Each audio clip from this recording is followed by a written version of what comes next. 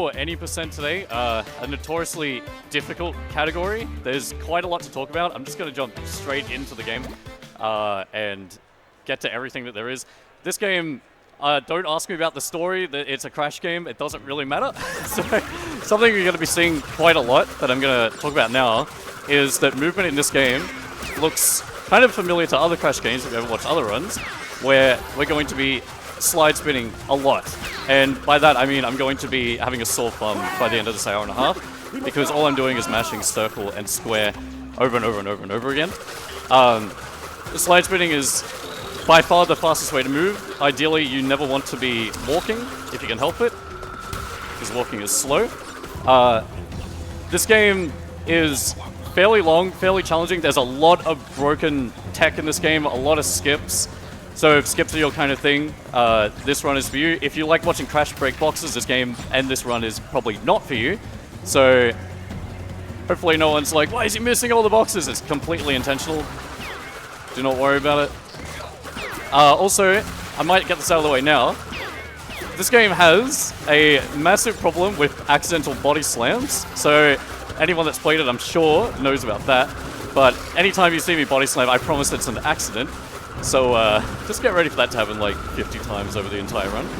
So this is the first level, Rude Awakening. It's usually where most of us runners spend the most of our stream just resetting and getting salty. But today we're going to do some like easy strats here. I'm going to do one intentional body slam for the entire run to skip onto this platform. And thankfully that's a pretty smooth Rude Awakening.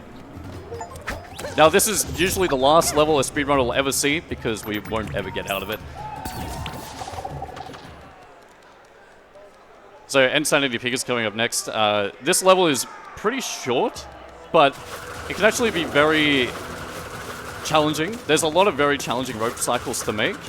Now in the interest of time, some of these are definitely not viable to go for in an offline setting, so I won't be showing a lot of the really crazy tech. It only saves about a second anyway, so it's not like we're going to be missing out on much, but this level is going to be fairly straightforward for now. What I'm going to be doing a lot as well, you probably noticed, is slide spinning even in the air. This is a mechanic that's actually intended, which might seem a bit strange, but it's called coyote time.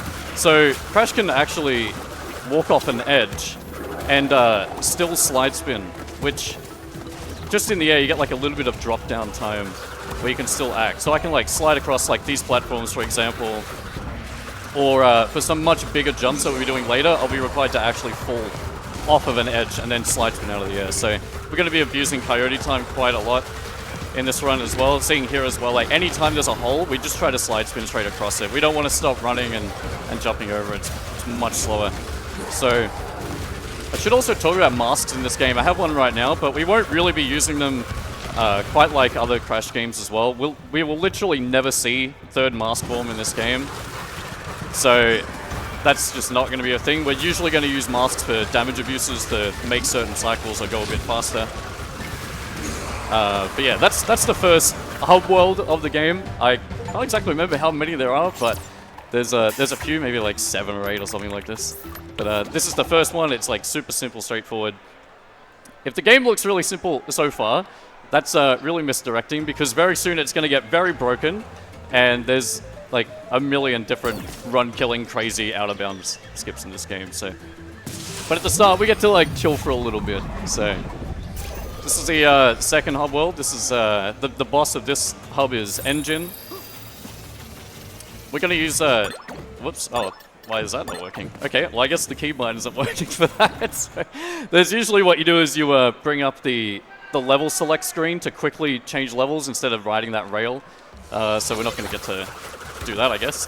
This mask here that we have, this is one of 4 special like abilities that Crash gets in this game. So what this mask does is whenever you press the assigned button, oh, I just lost my mask, so I can't do a full little damage abuse here.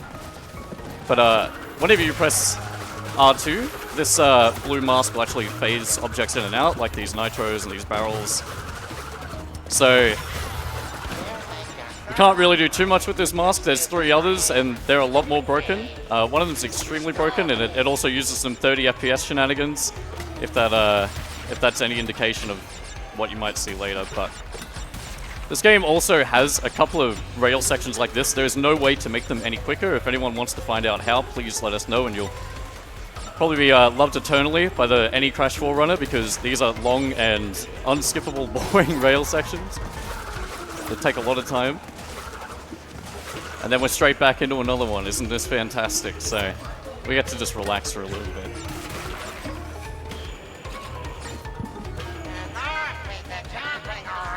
We can spin this thing to make Engine stop talking, because this is my show today, not Engine's. Actually, we got an achievement literally for doing that too, so any achievement hunters out there, make sure you write that down.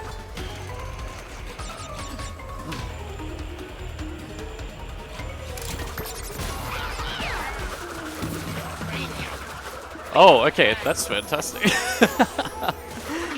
So there's a spot here I try to avoid, which is what caused me to want to go way too far to the side there. There's an example of a big drop-down coyote that I was talking about before. This is a little bit of tech with the mask, so like phasing in these platforms as I slide spin across, just to bring them in so I don't have to stop and transform the platform in, jump. Yeah, it's there's a lot of little clever things you can do with combining coyote time and this blue mask. So I believe we've got one more level before it starts to get a little crazy. My muscle memory is trying to use the quick level select, which is for some reason just not working. But so this is like the final short level before things get a little bit out of control. Trust me, if you've played this game casually before, you probably remember it as an extremely long and frustrating game. Especially for Crash standards, this game is probably too long. Collecting everything in this game takes, like, even for the speedrun, for the max percentage in this game is like 6-7 hours, like, for a speedrun. Combined to other Crash games where it's like a bit over an hour. So, a casual player definitely, I'd say arguably most of them would have just quit. Maybe like halfway when it came to getting all the gems in this game. It takes way too long.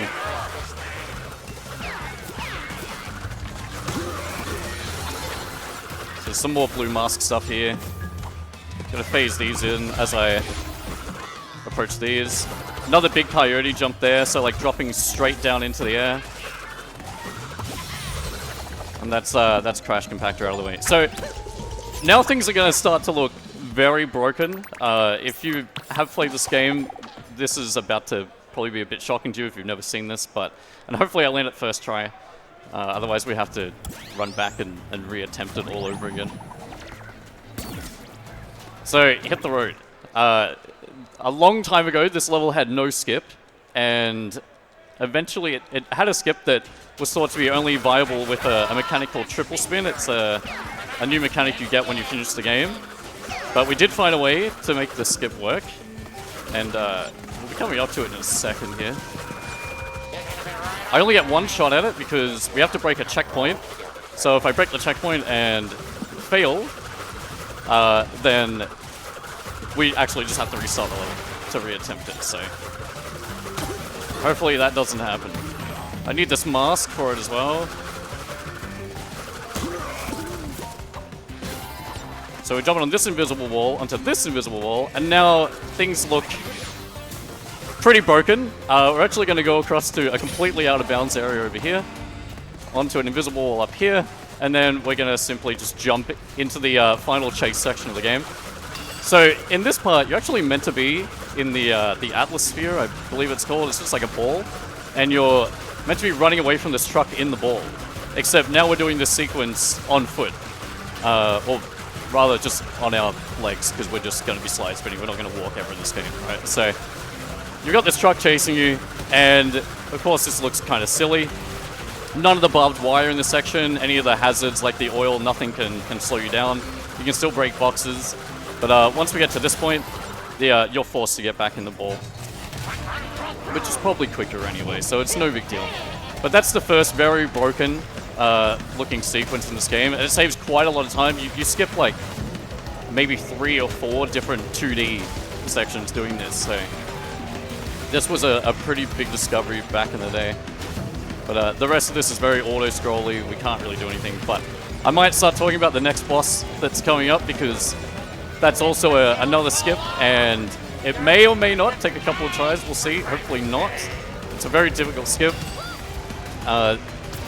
Again, to anyone that's played this game, like, and you've never seen a run, like, there is so much that is just going to be like sequence-breaking stuff that is probably going to blow you away. Now, so we're about to fight Engine, and yeah, I'll just show you what's going to happen, because this is going to look nothing like the normal fight. Usually in this fight, you're meant to be playing like some kind of disc dodging, like almost Guitar Hero looking mini game. But instead, I'm going to jump onto the stage instead.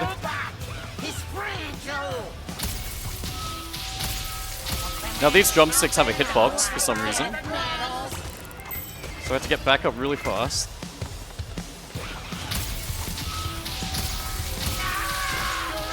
Okay, one more.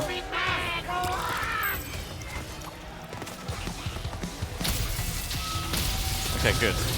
And then the third hit. So, it's taking a lot of concentration, so I might have to explain this, what's actually happening, right after I'm done with this. So, okay.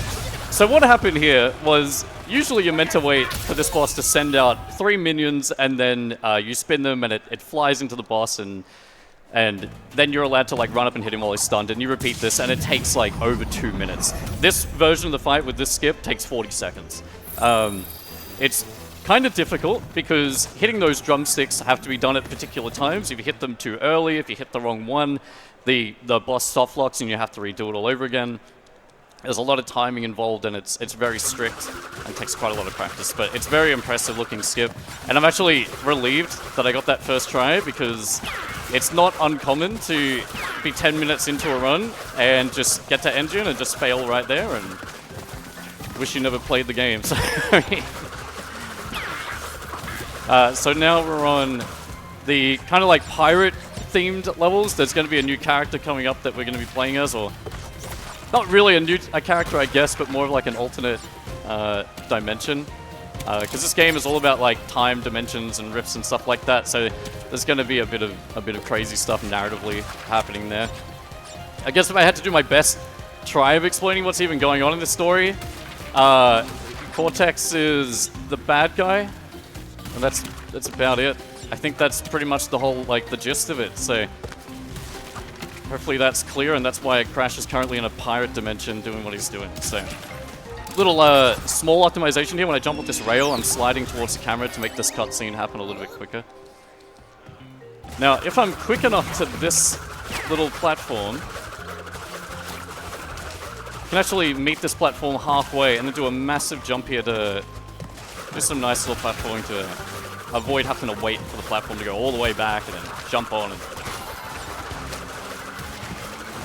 a lot of the movement in this game is fairly difficult to grasp at first, because it's so dependent on having good timing with your slide spins, which looks pretty simple, as I said, like in movement, since it does just look like you're mashing slide spin quietly, like just everywhere over the game. But there is a little bit of nuance to it too. Like slide spins, you can delay the window, so you can do like a longer slide into a spin, or you can do some like quite rapid ones, and this is all on purpose to try and make sure we can walk as little as possible. Except in the world screen, because I, for some reason, can't quickly change levels. So now we're going to be playing as a different character. This is Torna.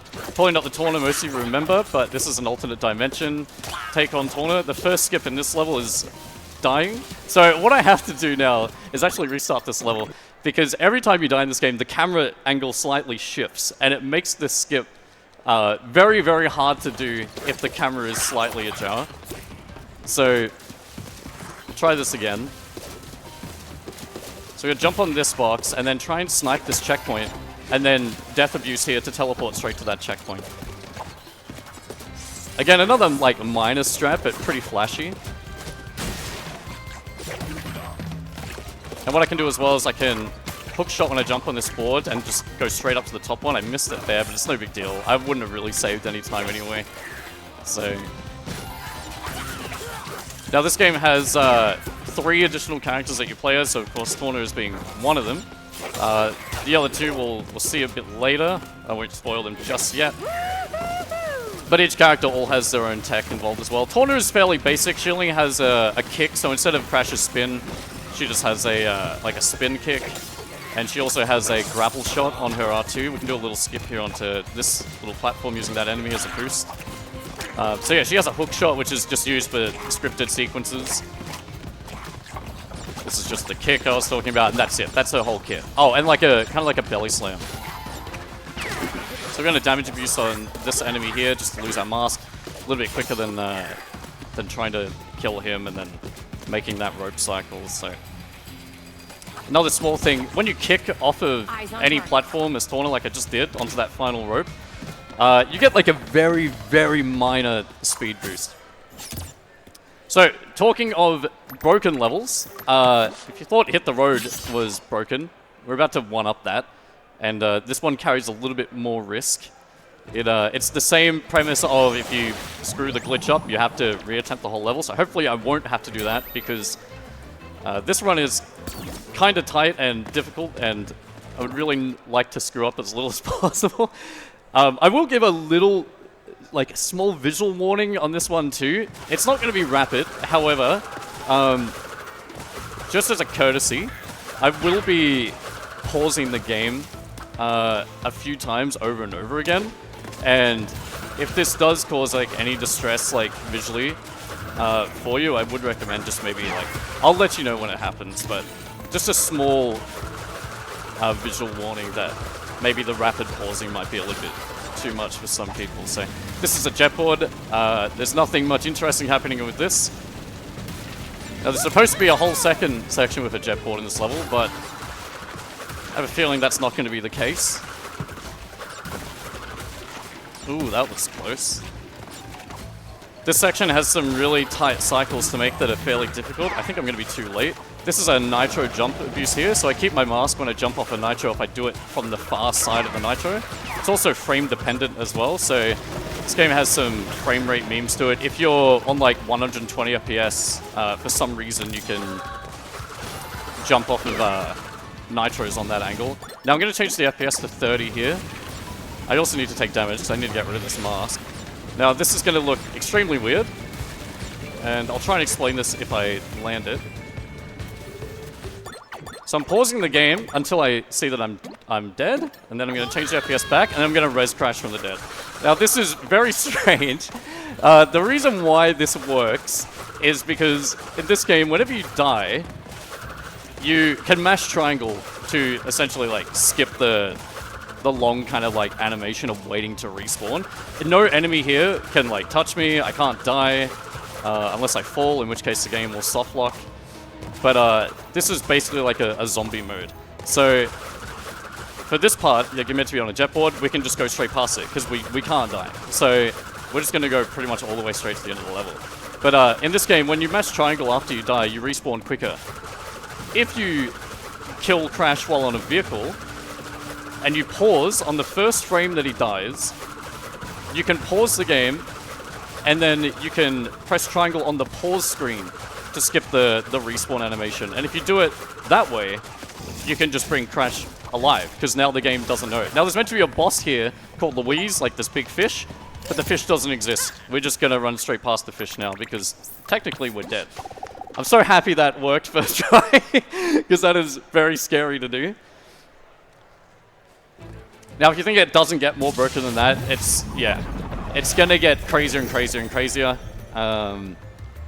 This dimension coming up is a bit more lax. It's a bit more focused on just being fast with platforming. There's a few optimizations here and there. Did you have any donations or anything you'd like to read? Yes, we've had a couple of donations come in. We've had $5 from the crowd, and $20 from the crowd, and $5 again from the crowd, so keep it up, crowd. We've had $100 from Anonymous, who says, let's go. And we had $25 from Ticker with no comment. So thank you all very much for your donation. Awesome, thank you. So in this dimension, we get introduced to another one of the, I think they're called quantum masks, but you might have seen it at the start of the level there. It's the purple mask. Now, I don't know why the devs thought it was a good idea to give speedrunners a mask that lets you fly, and there's going to be a lot more broken stuff with this mask coming up. I'm going to missed that, unfortunately.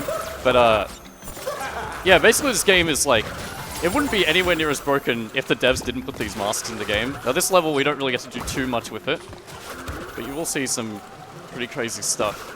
But essentially what this mask lets you do is, it's actually intended for reflecting, like green projectiles from enemies. Kind of slide across the water there as well. Like there's no limits to how like Coyote Time lets you like just skip over holes and water and stuff really. Yeah, this mask is meant to be intended to let you reflect like green enemies like that dog that we just ran past.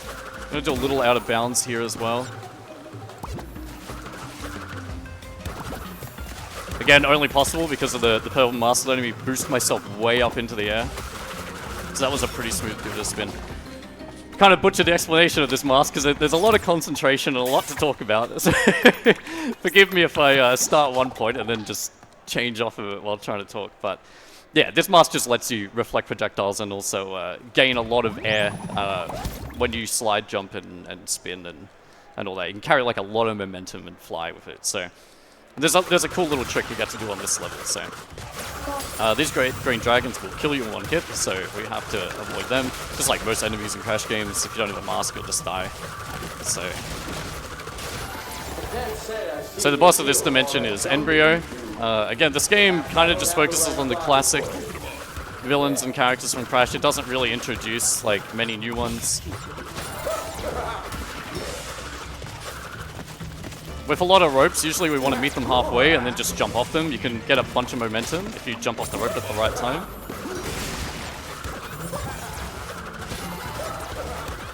Okay, so this level has a few things going on. Usually there's a challenge in this level where if you don't break any boxes, you can get a blue gem. However, oh, here's a little out of bounds as well. So, oh, I might have screwed that up. Oh no, we're all good, we're all good.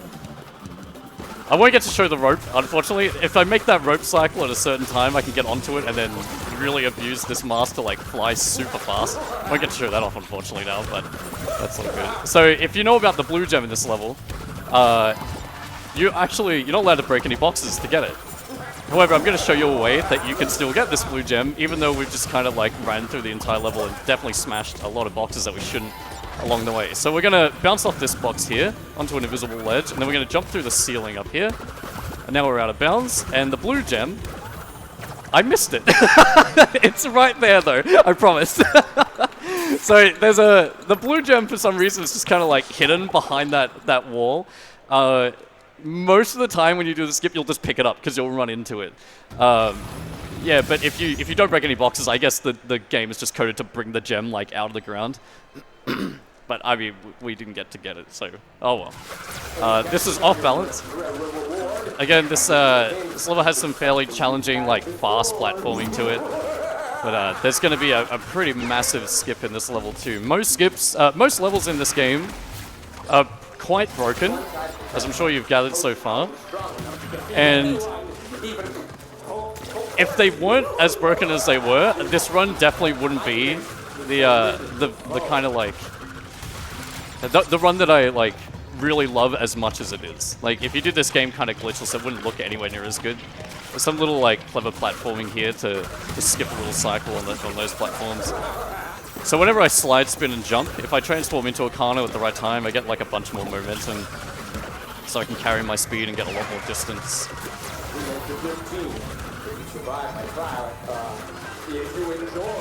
Okay, so there's two skips coming up here. Now one of them is going to be the first instance of trying to keep a mask when we shouldn't have it. So there's a trigger coming up. I'm going to bounce off these nitros. Now there's a big invisible wall here that I need to fly over. If I didn't do what I just did, you'd be forced to walk, and this purple mask gets removed from you. But because I still have it, I'm able to do stuff like flying off these walls here, right? Or maybe bouncing off this checkpoint onto this invisible wall, then to this one, and then let's just go maybe straight to the end of the level. I don't know, maybe we just fly all the way to the end. This is a huge skip. There's actually like a whole extra section of this level that you're meant to do where you go all the way to the right and then you curl around, you go all the way back. But because there's a very conveniently placed invisible wall, and I was able to keep the Arcano mask where I shouldn't have it, I can just do a massive like coyote jump into the Arcano and fly all the way to the end. So this is Embryo. Can't mistake him for any other boss. This guy is very unique looking. So most bosses in this game have some kind of like fast tech to them. So of course Engine, if you recall, we hit the drumsticks instead of doing the whole like Guitar Hero like minigame stuff that he has. And that saves quite a lot. This boss you can't really save too much time. But there is a small optimization that we can do. Shout out to Blasphemous Fiddlesticks, dialogue skip there. So this is pretty straightforward for this point.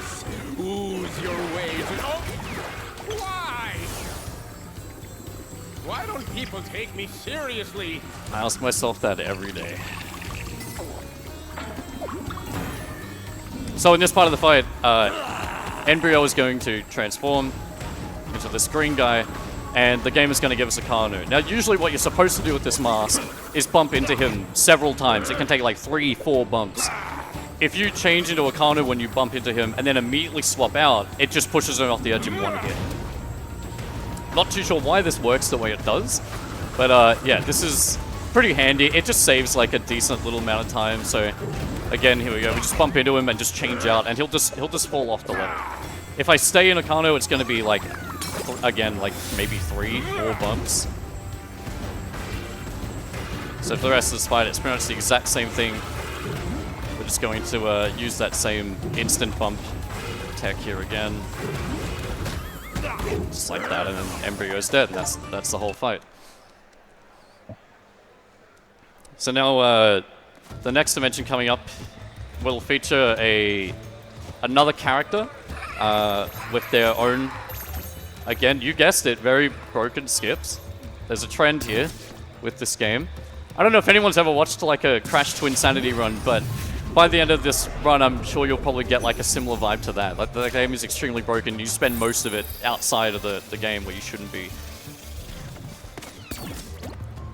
Okay, so offbeat. This level's pretty straightforward. There is a really challenging cycle to make later on. And also something to note about this level is that it drives speedrunners absolutely nuts, because cycles on this level don't seem to make any sense whatsoever. They see, at first we thought maybe they were based on like the backtrack, like the music that's happening. But for some reason, if you're just a little bit too fast or a little bit too slow in certain parts, like this level goes all out of whack and suddenly it feels like you're improvising the entire way. You have to be careful of these enemies because they can just fly into those nitros and kill you as you slide spin straight through. There's a very challenging cycle coming up very soon. Now, usually we call this the God cycle. There's a couple different variations of this, but they're pretty challenging. I'll see if I can get it here. It requires pretty particular movement. It also, funnily enough, you stop using the analog stick for this screen. You actually just use the D-pad. Because for some reason using the D-pad here makes you not bounce on some of these drums that you're about to see. So if I was using analog stick here, I would bounce off of these drums. So I'm not too sure. Oh, that's not going to be the cycle we want. Remember when I said about body slams? Yeah. Point A. Alright, so we'll try this again.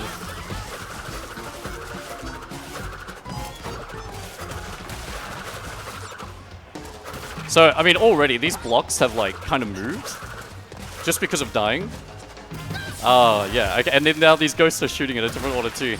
So, you remember when I said that this level is a speedrunner's nightmare? You can quickly see why. One death or, like, anything that goes slow, it's like, what's going on now? Like, this level doesn't seem to make sense to me anymore. But that's alright. Maybe we'll just go through smoothly at this point. So I don't sit here all day and attempt to land one small thing. I think we'd like to see the rest of the game. So let's just do this a much slower and easier way. Now, usually what would happen is if I made this really quickly, you would get to this block right as it's going up. And you save a bunch of time, but I'm not going to get to show that. So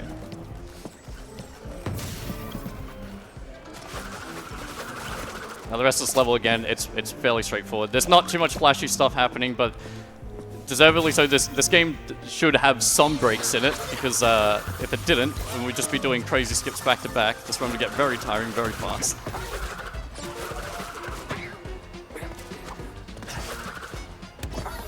More hole skips here. Okay, so so from this point of level, we're pretty much safe. If you have any donations, again, this is a good time because this is a long rail section. So I'll just take a minute to remind everyone who we are and what we're doing here.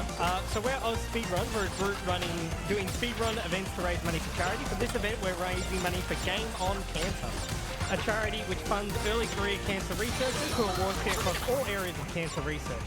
If you'd like to donate, you can go to our website, or you can go and donate in person. When you do put in your donations, make sure to add in what incentive you wanted to go for. We have a bunch of great incentives. We have a bid war for the Mario Kart character choice coming up, as well as a couple of other different things. So make sure to keep it up. awesome, thank you. So yeah, very much like I said at the start of the run, I wasn't kidding. There's a few sections in this game that are just rail sections. Being able to skip these would be absolutely massive. Alright, so time to talk about the character that's coming up. It's everyone's favorite character, especially mine.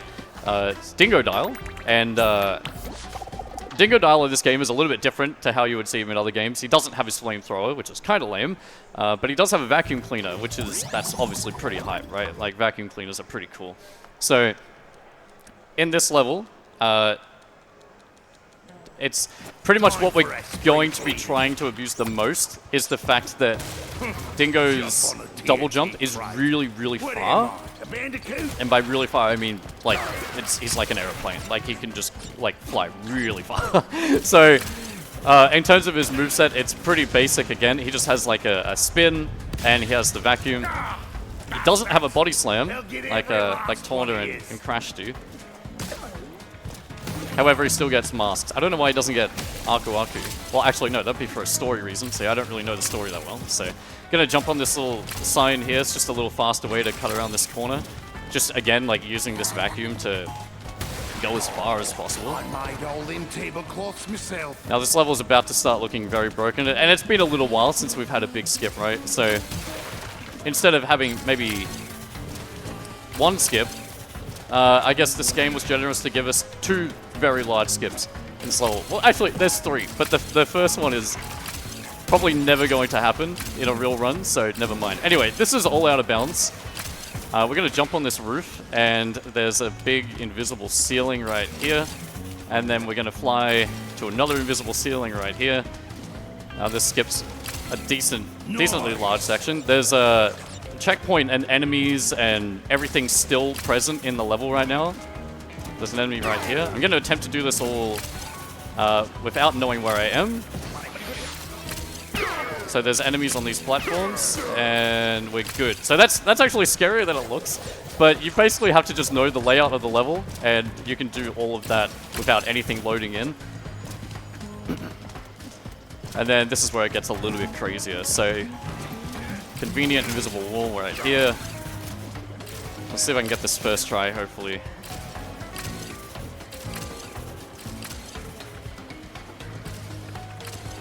There we go, nice, first try. And then just hopefully don't die to any enemies. That would be terrible. Yeah, so again, this is very, very different to how you would do this casually. We basically didn't even see half the level. And we really got the most out of that vacuum cleaner that Dingo has. Guys, it's been a while since we had a big skip, so why don't we just have another big skip in the level coming up? Let's just do it again. Why not? And this is going to be the trend for the rest of the run, so I hope you enjoy the skips.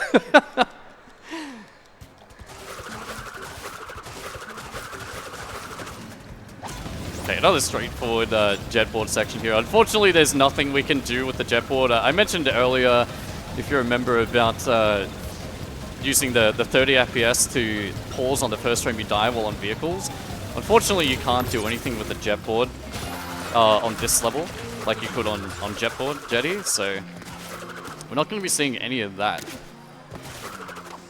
But we're going to see something equally as impressive, I believe, at the very end. So just a few rope cycles to make here. And then this one, again, will jump off halfway.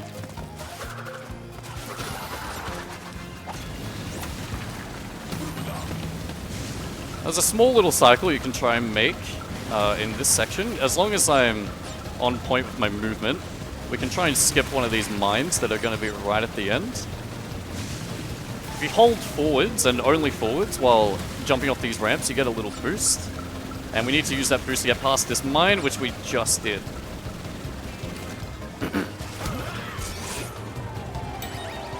So in this part, we're meant to go off to the right-hand side. But I'm not going to. I'm actually just going to jump out of the wall over here. And you know what? Maybe I'll just go into the background as well. So in this part, you're actually meant to be riding that little, like, that cart that dingo dial-looking character rocked up on. And you're meant to go through a whole 2D section here with all these TNTs and other crates. But instead, because we can get into the background, we can just... Oh, there's a small invisible ceiling here you gotta slide under. We can just skip all of this, and then as long as you're on the right line, you can jump straight onto the jet board right at the end. And this saves a ton of time, right? Like, you just skipped, like, a whole major part of the level. There's a lot of mines and hazards still here, but they're all invisible, so you have to just know where they are. But now that we're out of the scary part of the level, this is fairly straightforward. Just go straight to the end. So, everyone say hi to Fake Crash, by the way.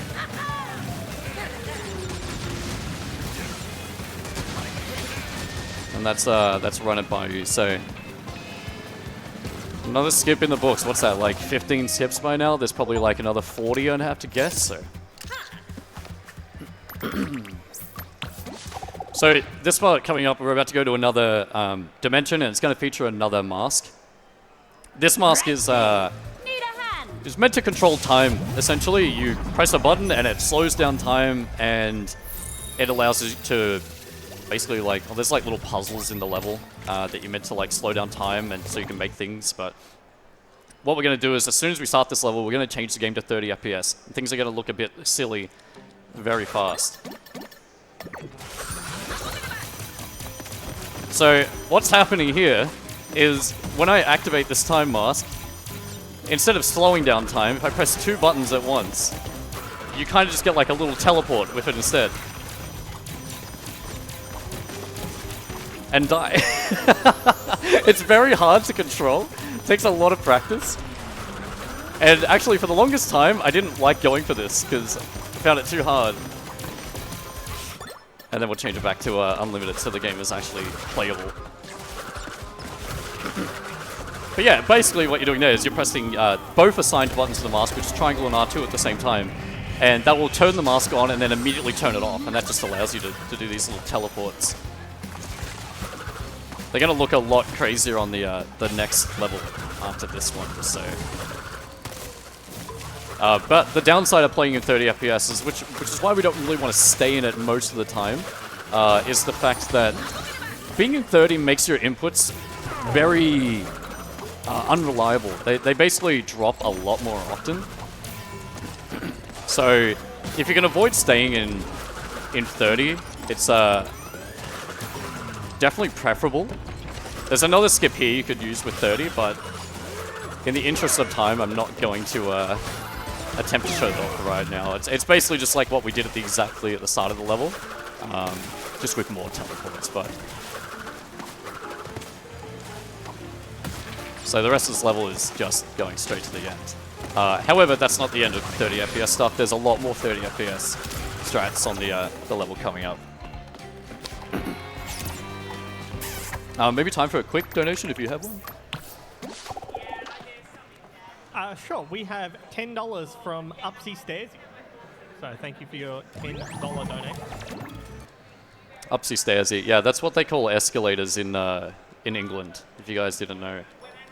So on this level, this is Stay Frosty. This is essentially part 2 of 30 FPS strats. So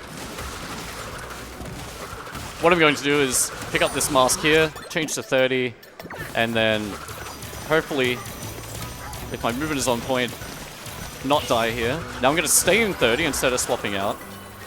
And there's a big rail section coming here, which is really slow, but in 30, we can do this.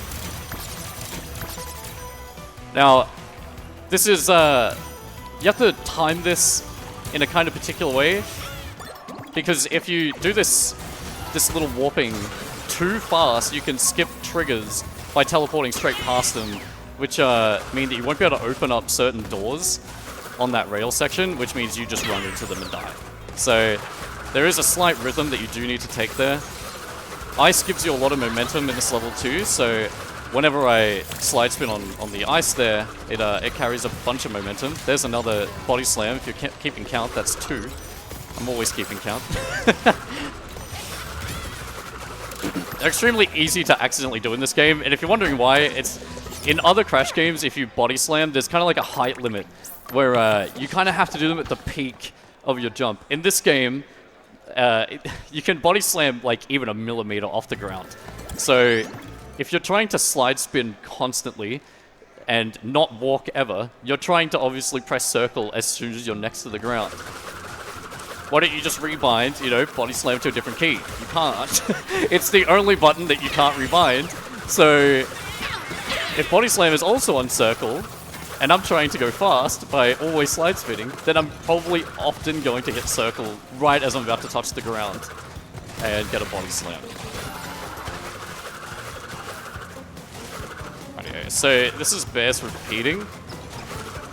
There's not a terrible amount of stuff in this level. I will attempt one little trick that, thankfully, if it doesn't go well, then, you know, we don't die or anything, so it won't be a time waste. But instead of going to the right here, you can kind of jump on a little invisible wall here. And if we pause time immediately, yeah, see, that's not going to work. That's unfortunate, but that's alright. So you can kind of basically just, like, jump up to these platforms really early. But, I'm not going to get to do that. It's a really, really hard strat, so. But we would have just, yeah, basically, instead of using those ice blocks, we could have just used the platforms above by getting to them early. So this is the first time that we'll see Polar in the game. Oh, how I missed this. Now, Polar mechanics in this game are just mash square. Now that you know that, you can play Polar as good as I can. You literally just mash square. It's not as in-depth as other Crash games. So, he also has a jump, but we don't really need to use it. It doesn't really mean much. So, yeah, the rest of this level is very much an auto-scroller. Not really much else to talk about. There is a boss coming up that has a bit of an explanation, so if you did have any donations you wanted to read while this is auto-scrolling through. I'm having fun. Can you tell? Oh, good if not. So there's a big like boost jump here just to skip over a couple of trees.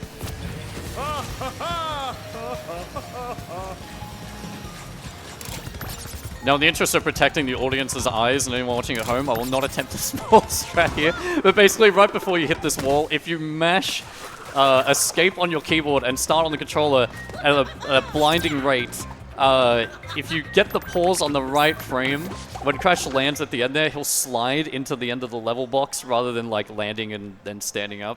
But I'm going to protect everyone's eyes here today and not attempt to do that. Sorry. Okay, so this is the first Cortex boss fight in the game. There's still another one later. This is the first of 2. This fight has... he basically is going to spawn 2 enemies. Oh, sorry, he's going to spawn 1 enemy, but he's going to spawn an enemy called a Punch Bot. Now, if you kill this Punch Bot, pretty much the frame it becomes active, something a little odd is going to happen.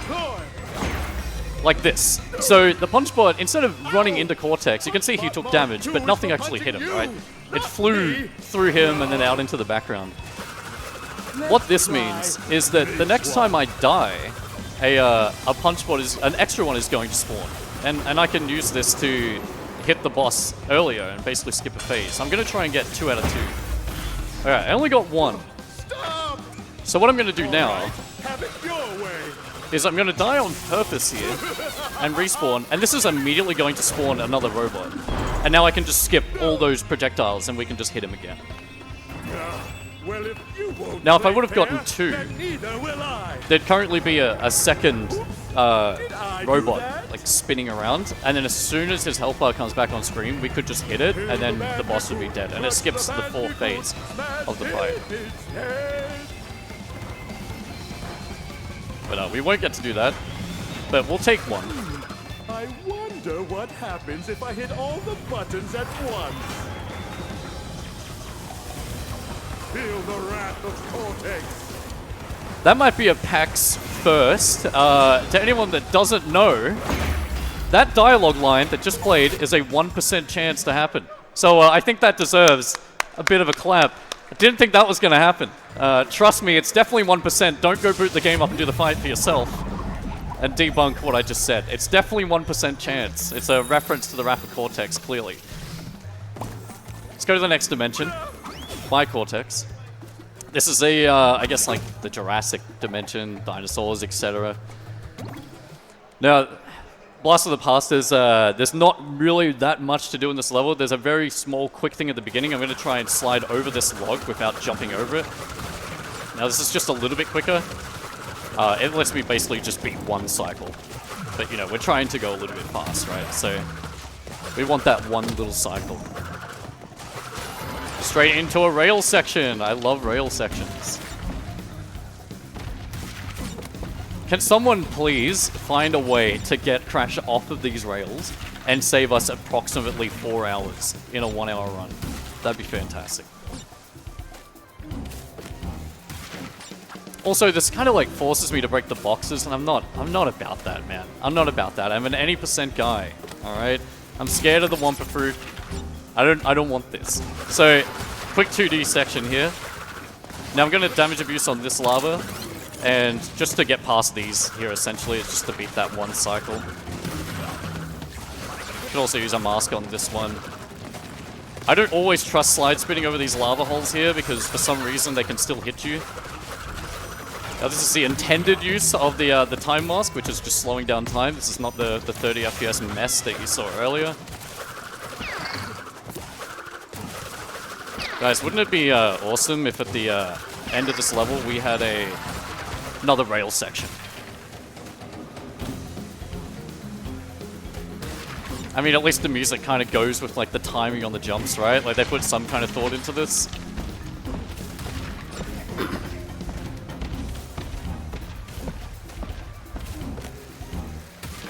Man, this level is, well, I mean, I guess this game in general is a dono reader's dream, right? Because there's so much downtime in the in between all the madness. So 38 boxes out of 110, that's a new PB. I think I accidentally broke one extra.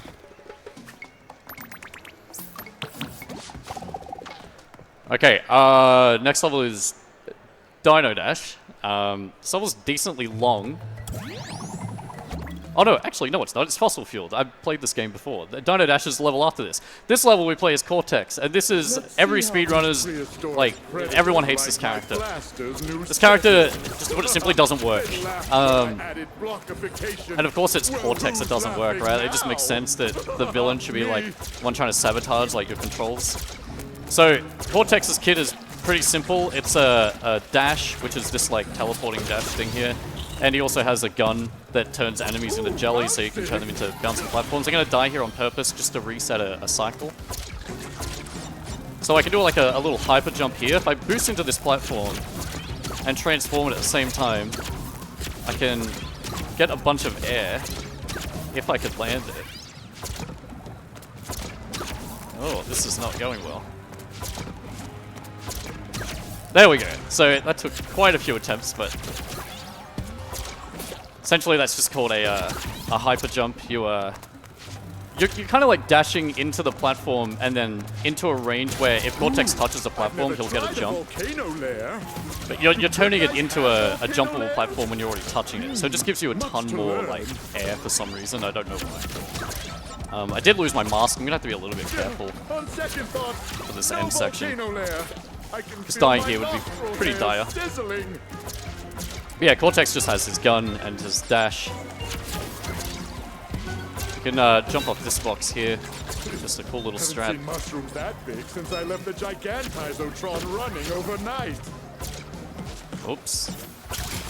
Yeah, this is the end of Cortex. Now, usually, this level goes extremely poorly. This went okay, apart from the hyper jump taking a billion attempts, but the ways that this character can't work, as I mentioned, like, oftentimes when you're transitioning from a 2D stage to a 3D stage, if you boost at that time, even though you're holding forwards, Cortex often just dashes to the right or to the left, because I assume the game thinks you're still, like, that would be forwards in a 2D section, right? It's pretty frustrating. I don't know why it happens, but thankfully none of that even happened this time around. So this level's Dino Dash. This level is fairly long. Doesn't really have any tech in it, but it's really just like a long, challenging level platforming-wise. A lot of these hole skips at the start here, for example, you have to really let the slide stretch out quite a bit. Otherwise, you just will fall immediately. There's like, as I was saying earlier about like the nuance to slide spinning, right? Like, you can't just mash circle and square as fast as you want. A lot of these hole skips require a bit of timing to them, so, and a bit of spacing. So this giant red dog is about to chase us through this level. But thankfully, he'll never catch us, I'm sure. Unless I make a major mistake.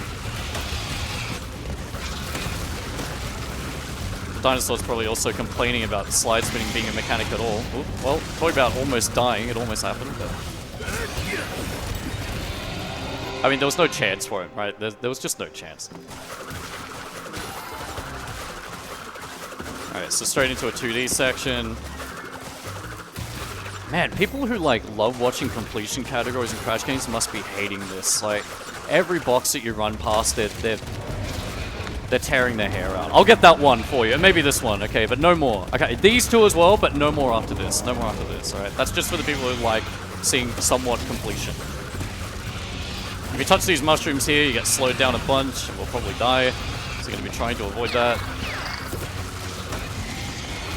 And then we can slide spin across all of these dinosaur heads without ever having to stop to jump or do anything slow.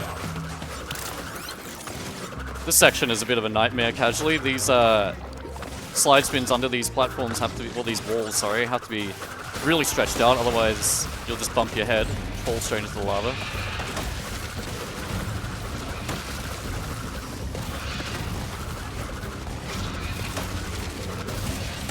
Again, trying to basically never stop and just jump over anything, right? Like, always look, like even this, right? Like, always slide spinning across holes, and when we're on the ground, always slide spinning.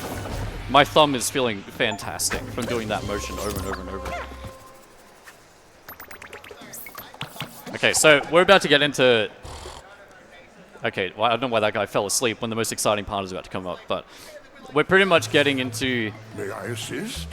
The gauntlet of the most broken skips in the game. Way more broken than anything you've seen earlier in the run, including the zombie stuff. And also has what I truly believe is like my favorite skip in any speedrun I've ever seen. Shout out to Roscats, who pretty much found like most of the skips in this game. I don't know how he does it, but this is the first of many that are coming up. So if we get this mask, we can slide backwards and go under a trigger, and then use this mask to flip upside down, which breaks gravity, and then now we're on the top of the level. Now, just for the sake of not dying, I'm going to turn on the X-ray thing here. So you can see where I am, right? I'm on the top of the level. And this is skipping quite a lot. Now, usually, you would also lose this mask. There's a trigger here to remove the gravity mask from you. If I drop down off the side and walk in, I don't lose it. So now I have this gravity mask where I shouldn't have it, right? It's not intended that I have it anymore. So I'm going to abuse this as much as possible. The level is pretty much all deloading at this point. Now, for some reason, the devs put a very handy platform out in the middle of nowhere over here. And we're going to use this to basically just fly up in the air for the next minute or so. And I think you can probably guess what's about to happen. But we're just going to keep going up. And then roughly about here, we're going to use the clouds as kind of like a visual lineup to when I want to flip the gravity back. And now I'm going to pan the camera down. And with the camera panned down, when I see these purple clouds in the sky below, I'm going to press jump. And that's kind of like my cue. And if I do this all correctly, I should land in the correct spot. Right, and now we walk backwards to load this part of the level in. If you thought it was over, it's not. Slide spin, jump off this. We're gonna fall down a bunch, and let's say flip gravity back here. And let's bring it back. I don't know why the devs gave us this mask. I mean, like I said, if this wasn't in the game, this wouldn't be happening right now. And now we're at the end of the level. So, that skips quite a lot. This is very, very strange to look at if you've only ever seen this game casually, of course. Now this level it's actually also kind of sad that the skip exists because the level is really fun. It was actually my favorite level in the game before this was found, but oh well. Also, the scary part about that skip was that if you do fail it, you have to restart the whole level because you don't take any checkpoints. You go all the way back to the beginning, right? So. Now this is stowing away. This is really just a very short, kind of movement intense level. Nothing in the area of any impressive skips or anything. Just like kind of difficult cycles. But it's a very fun level, and I think the movement is like super smooth. Oh, too early. Gonna be using Coyote Time here, again, to drop down and then slide to make all that distance. Whoops. Now, if you hold circle in this game to crouch, you can press... Oh, okay, I didn't flip the gravity back. I should probably pay attention to that. If you hold circle in this game to crouch, you can then press R1 to slide while crouching like that, and that keeps you from getting squashed there, which is super handy.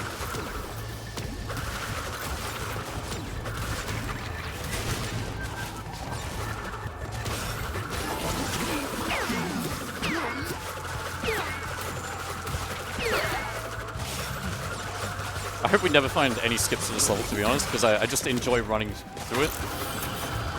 Okay, we'll try to do this part as quickly as we can. There's a little piece of movement we'll use here. We'll use a slide jump to bump ahead on this block and quickly slide spin back through before the door closes on us. And then here we're just going to jump around and spin and then body slam really late. This doesn't do anything, but it looks cool.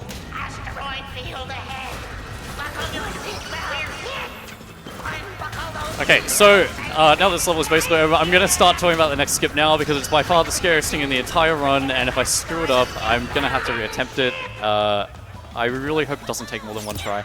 But it's called Crash Landed Skip. This skip is kind of like a combination of a lot of things you've seen so far.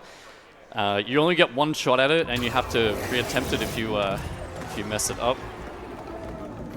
So... this takes a lot of concentration as well.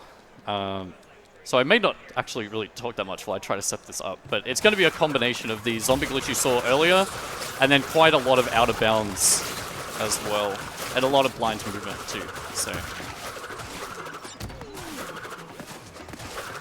but the first things first, I need to hit a certain point in this level quick enough, because if I'm not fast enough, this skip gets very difficult to do.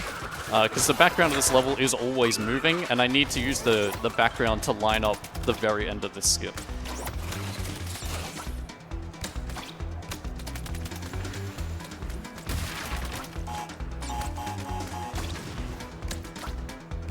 Okay, so I'm going to change to 30 FPS here.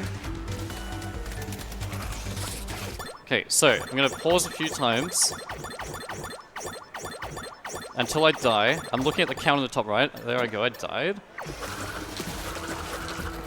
Now, this lets us get off that little dinosaur. And now we're doing the level in a very broken way. This is, all this section, you would never do this on foot. Like, you would usually be doing that on the animal thingy. Alright.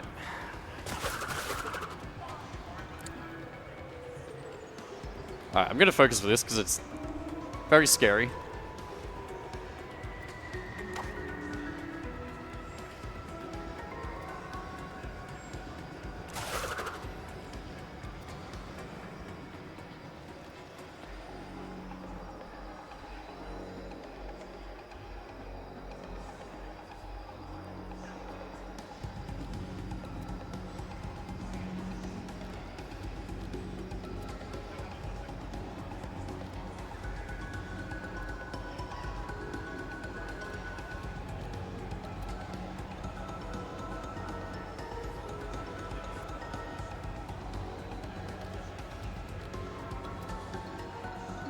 Okay, if you're confused, don't worry. This is, of course, very broken. I have to time a jump here at the end. I only get one shot at this. If I don't time this jump right, I have to redo all of this. And I really don't want to, because I'll probably screw up the entire schedule of the event. So...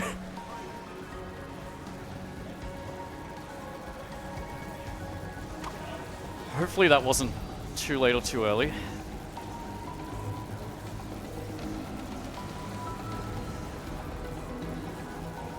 Thank God. Okay, I can now relax. My entire week leading up to this moment was very scary. Yeah, look, how do I even explain what just happened? I'm just relieved I got it the first try.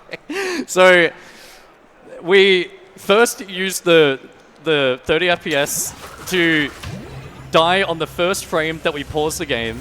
We then brought Crash back to life. We were then on foot for a level we're not allowed to be on foot for. And then, if you remember earlier when I said that ice, if you slide spin off it, you get a bunch of speed? Well, there's like this like pink goo stuff on that level. And I tried to land straight where this pink goo section is. Oh, I forgot to get the fruit. I put it on the woe meme. I'm so sad, dude. I'm so sorry. Yeah, I understand. I deserve all the booze, man. But if I slide spin off that goo, you also get the same momentum that the ice gives you. And after that, I have to fly like way up to the left. If I go too high, I'll bump into an invisible wall. When the camera changes, you then have to like... Is anyone listening?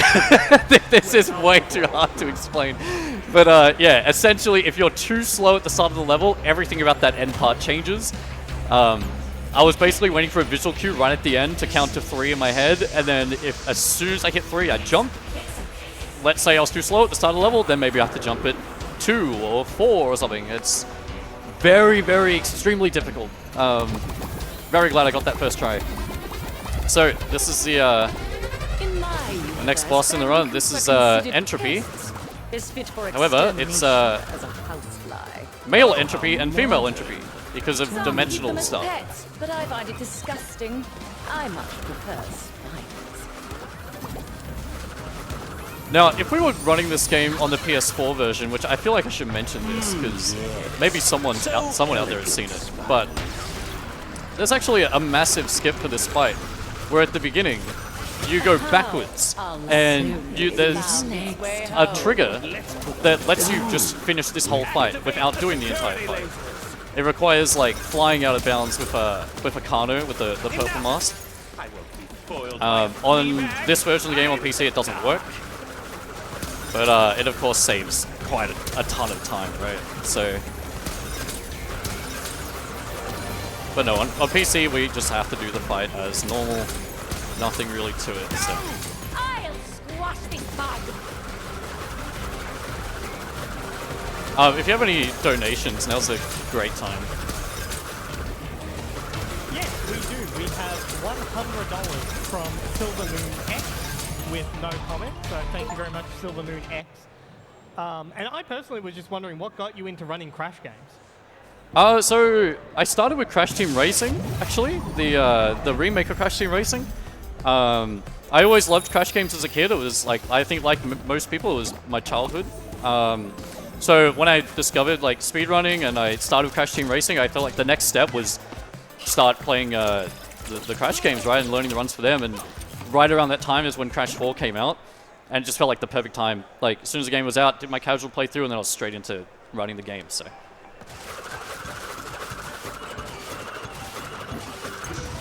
Alrighty, so, this is Speedrun. Now this level has a very familiar skip to one you might have seen earlier in this run. But we're basically going to be, well, I don't, I shouldn't spoil it. I shouldn't spoil it. It's actually about to happen here anyway, so. So we're going to pick up the gravity mask, our best friend. We're going to go out of bounds over here. And then if we go around, there's like a death trigger there, and we're just going to send Crash into space. For a while. Get comfortable. And yeah, like, no spoilers, but like, I mean, if you guys remember what we did earlier, there's not going to be much surprise about what's about to happen.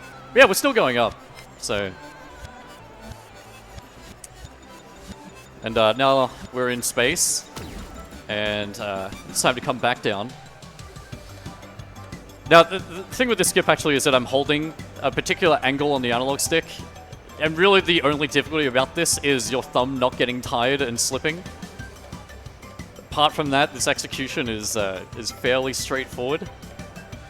Now, if I haven't accidentally moved the analog stick too much down or too much up, I should be on the right trajectory to make this. I'm going to pan the camera down and try and use this tower in the background as a line-up to know when to start moving forwards. There we go, and I'm going to land on this invisible building, and I'm going to body slam accidentally. Hopefully I can save this. Yeah, I think I was just on the edge of the building there, so. And then jump over here, flip upside down, and that's the end of the level right there, so.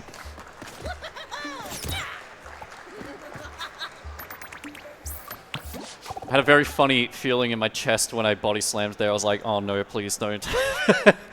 Thankfully we saved it. Man, we really should have saved donations for this level, because we're about to just watch nothing for 5 minutes. So if at any point you have anything, Let's see if these tall poppies even from now. We really should have. But instead, I can just tell you who we are. And I'll tell you, we're AusSpeedruns, and we do speedrunning events to raise money for charity. For this event, we're raising money for Game On Cancer, a charity which funds early career cancer researchers who are working across all areas of cancer research. If you'd like to donate, you can do it in person over at our in-person donation spot, or you can do it on our website at donate.ausspeedruns.com. And you can also get involved. Like, speedrunning is a very inclusive thing. You can be a runner at an event. You can sign up to volunteer. There's lots of ways that you can help out and be a part of the community. Am I a franchise? Could I open a restaurant in an airport? Yeah, so as I said, this level is very much, there's not much really happening at all. There's no cool tech to this level. It's a duo level, so you actually play as Dingo for the first half, and then Torna for the second half. But yeah, we've actually for a very long time we've been trying to get someone to find a skip for this level. Because we feel like we're really close. There's actually... This game's, like, end-level triggers are just like those boxes that you've probably seen, like, in the other levels. And the devs have placed these kind of, like...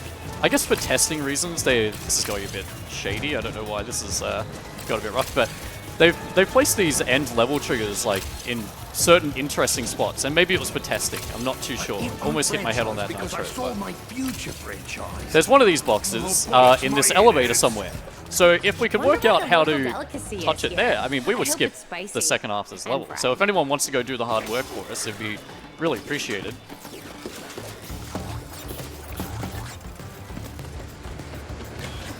Really small thing there with Torna, instead of like running and jumping onto these rails, if you just run straight onto them, you get onto them way faster, which allows you to just make a couple of extra cycles a bit faster. But yeah, this is essentially the just the nothing part of the run. But in some ways, it's also kind of scary. I'm going to skip a checkpoint there by just jumping up onto this rail from beneath instead of taking the elevator. It's kind of scary in a way because it's long rail sections without taking any checkpoints. So if you do fall asleep at the wheel, you're going to just lose like 2 minutes of your time. Now for marathon reasons, I am going to break this checkpoint. But yeah, usually you'd skip all of these. So, little clever jump here. If you jump straight up onto this rail with a timed double jump, you can skip using the boost pad on the wall. Yeah, it's all minor things like this. But, hopefully you guys won't be too sad to hear, but this is the final rail section of the run. So I know, look, there's going to be no more AFK rail sections. From this point onwards, it's all honest execution.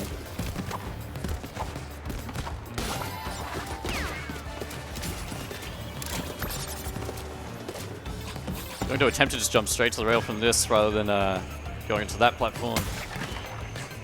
Man, I said that like it was difficult. Like, literally anybody could do that. And I'm like, yeah, man, like, you see that? I jump from the... I could pick anyone in the audience right now and come up and they do that. They'd probably teach me how to do it better, in fact.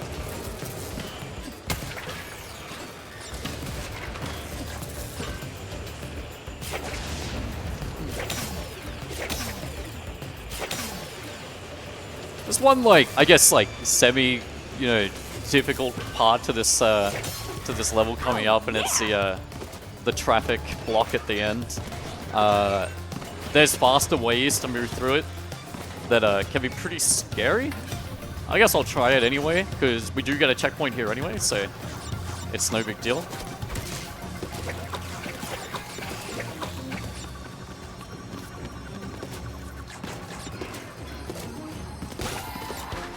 So I just try to hold right.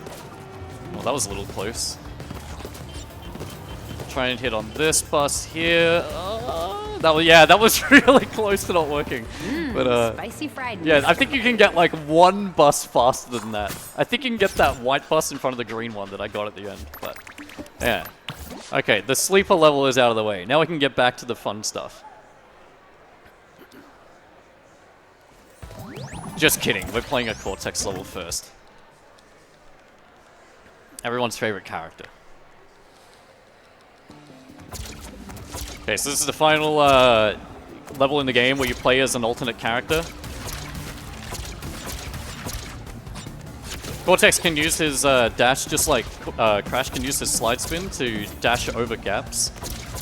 If you mash his dash as well, when going up onto an edge, you can kind of get like an extra double boost.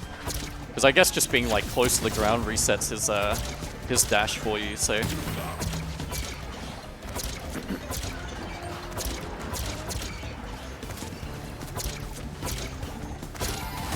You can dash straight across this, no need to jump and dash at all. Now there is an interesting manipulation here. If you stick to this right side... Oh!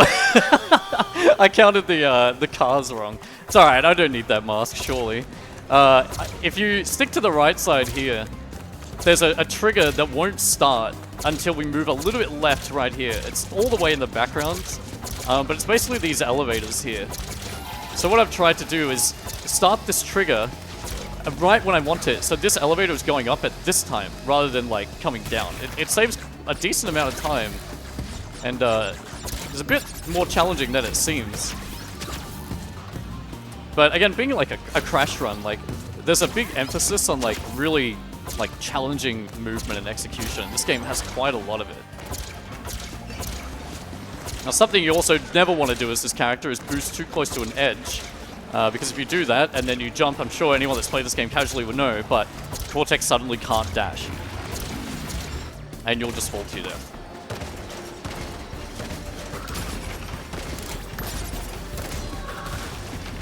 Alright, this is the final little section, and then we're in the final hub of the game.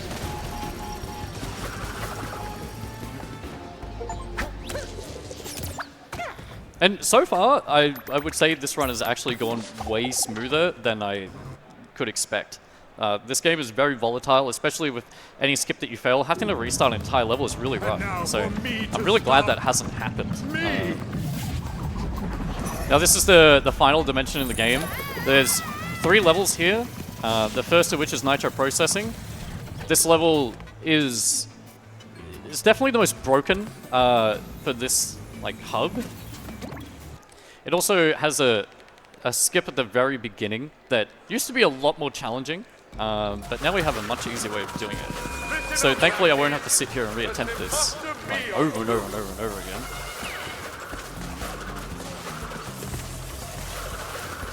But you're going to see a very different nitro processing to what you're used to, so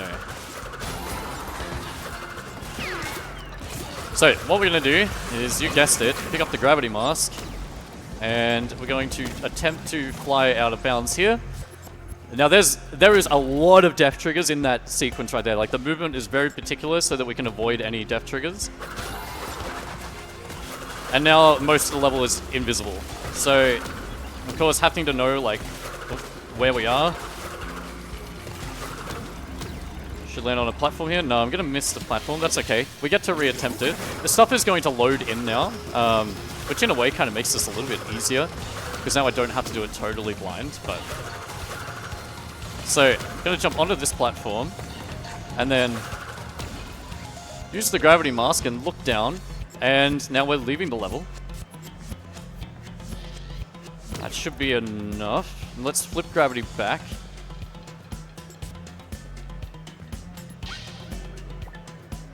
And I'm trying to land. Oh, I look like I'm really far away. Oh no, we actually made it.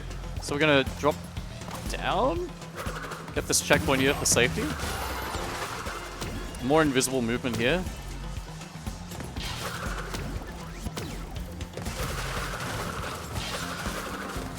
Surprised that worked. I actually thought I was very far back. But thankfully we were fine.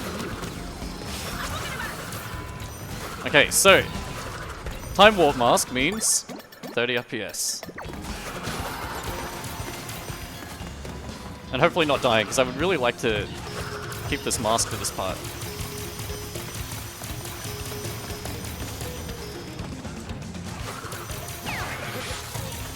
I have lost the mask. I'm just going to play this safe. I really don't want to like go all the way back. And then change back to unlimited. So again, just changing to 30, and then that lets us abuse the 30 FPS teleports of that time warping mask. So that was, yeah, essentially using like 2 mask techs in one level. And we skipped quite a lot of that level too, so. Alright, Toxic Tunnel is it. This is probably the most demanding platforming level in the entire game. It's very honest. There's not really any skips at all. It's just a difficult level. The first thing of which is trying to get to this minecart fast enough that you can jump off of it in front and not get stuck behind it. But yeah, this level is, if you're on PB pace and you get to Toxic Tunnels, this is where your heart starts to beat uncomfortably fast. It's pretty much like a good player on Toxic Tunnels has mastered a lot of very, very tough cycles. And all of these cycles are based on like manipulating when they start. So a lot of things in this game don't start until you like run into a certain like invisible point, which will cause like an enemy to spawn or something of that kind of thing, right? But that's what this level is, back to front. Now I'm going to probably take a slightly more relaxed version of that, because this is quite tough. There's still going to be some cool things, but for a level that has no skips, there's not really much going on. But you can make this platform, for example, like really fast and skip a bunch. So, long jump to this, spin this box, land on this platform.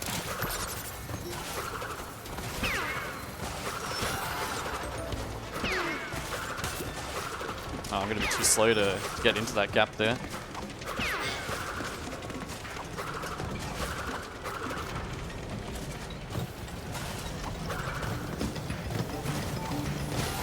Some more clever platforming here. You can slide jump onto this platform and up to this one, and basically just save a bunch of time having to wait around.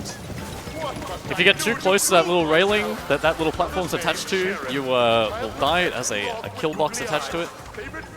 Try and meet this platform halfway. Oh god, how am I alive? That was robbery. And again, not going to wait on any of these platforms either. Oh, actually I might have to, because I was a little bit too slow there. Alright, so we're gonna jump up behind this rat and play a bit of Assassin's Creed. Alright, that's Toxic Tunnels out of the way. So, can be a really scary level. When it's done extremely fast, there's a few cycles in there that are a bit crazy, but apart from that, level's glitchless, so. Alright, Cortex Castle.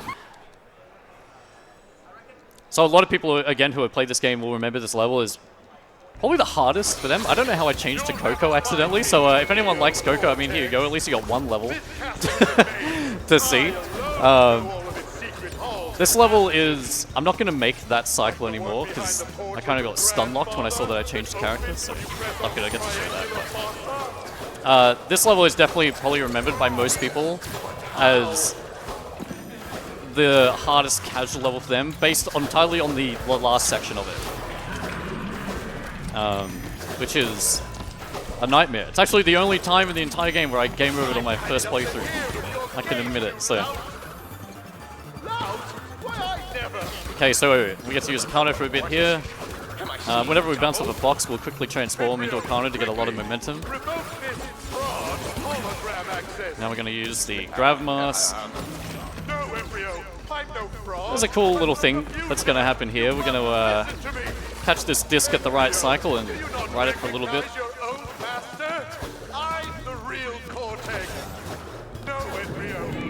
Now there's also a thing that I can't do here, but it's essentially a little skip here where you can skip this cutscene. Okay, so welcome to the part of the game that most people, I think, hated. Things get a little bit crazy, and there's no skips for me to cheat with, so...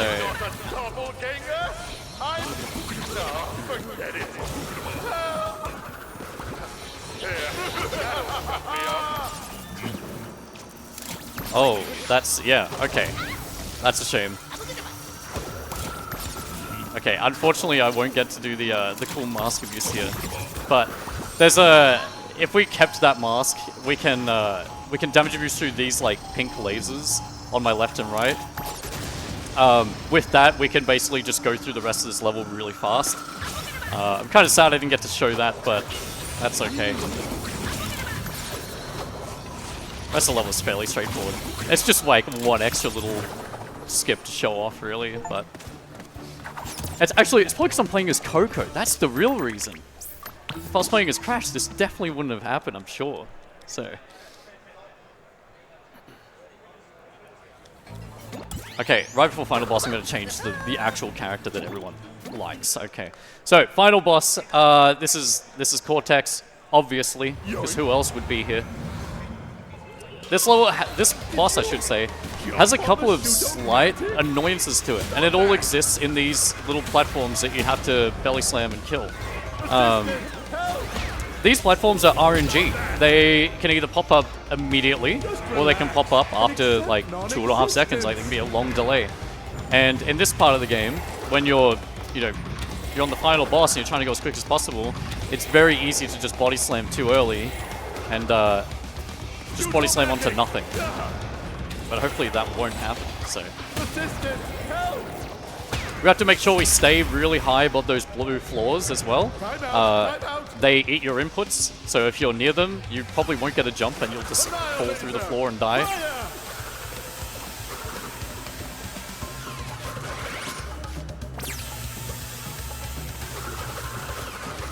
Okay. What's the matter? Afraid of the searing, deadly laser? Careful. So there's only one major thing to this fight. It's a big scary jump. Yes. Your whole and world is upside down. It's honestly not that hard, but when you're on PB pace, it's suddenly the hardest thing to do in the game, harder than anything else that you've seen, for some reason. That's coming up really shortly.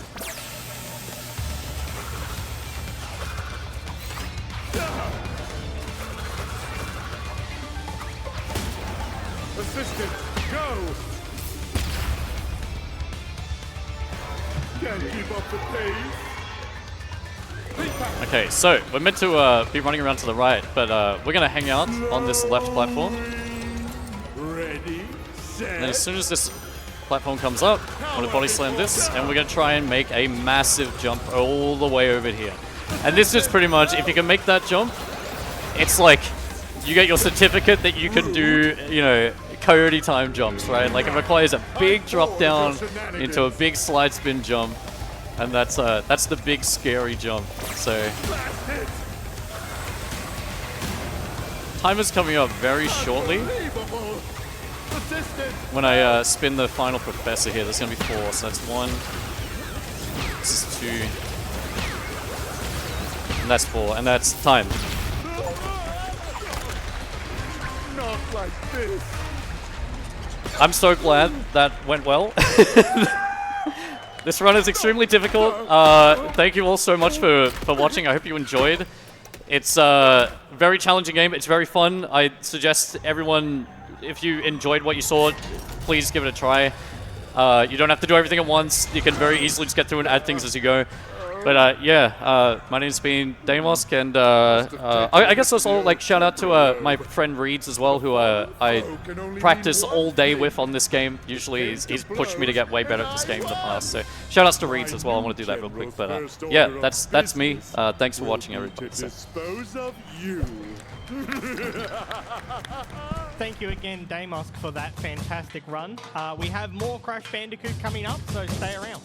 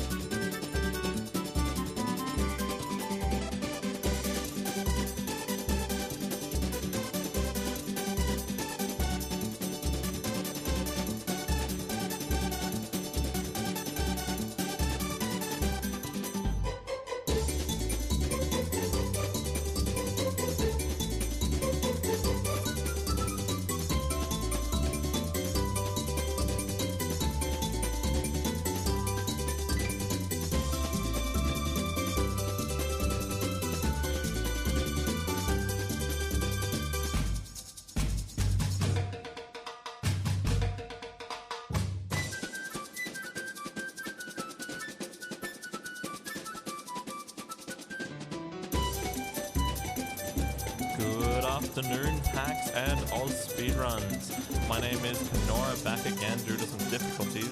I will be your host for at least this next run. And just as a reminder, we are AusSpeedruns, a group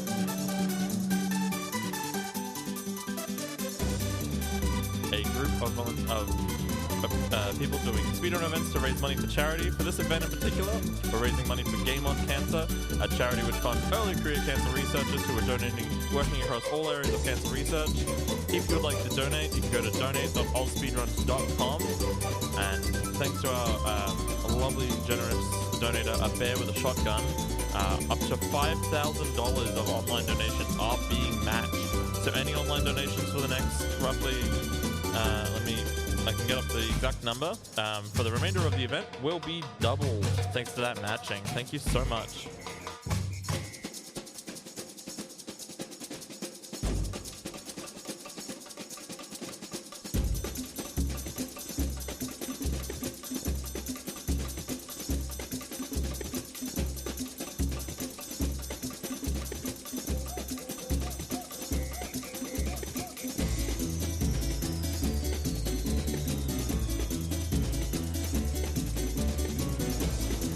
Just to reconfirm, that $5,000 matching has only had $640 put into it, so the next $4,355 of online donations will be matched and doubled as a result of that. Thank you again, Bear with a Shotgun.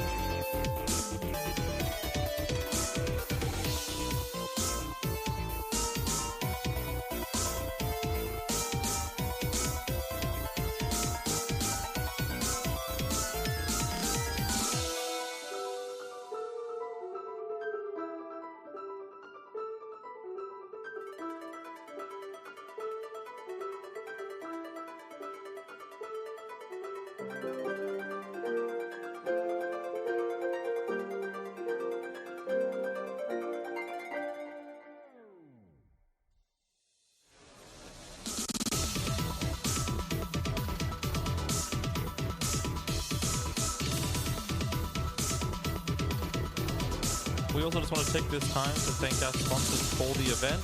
Elgato are our major sponsors for this event, and it's fantastic to have them on board for this Game on Cancer initiative. Elgato are a world-leading provider of audio-visual technology for content creators that make premium webcams, microphones, Stream Deck controllers, capture cards, and so much more, including the Wave DX microphone that we're using right here on site, and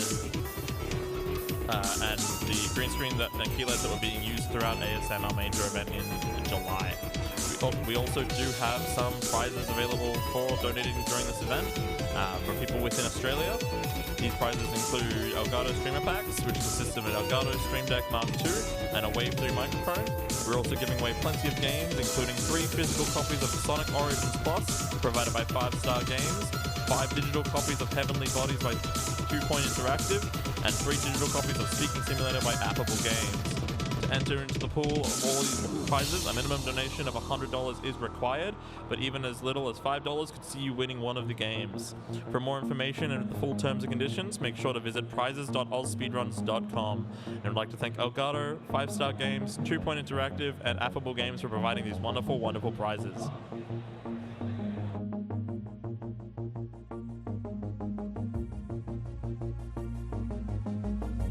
Stick around shortly because Crash Bandicoot Warped is up next.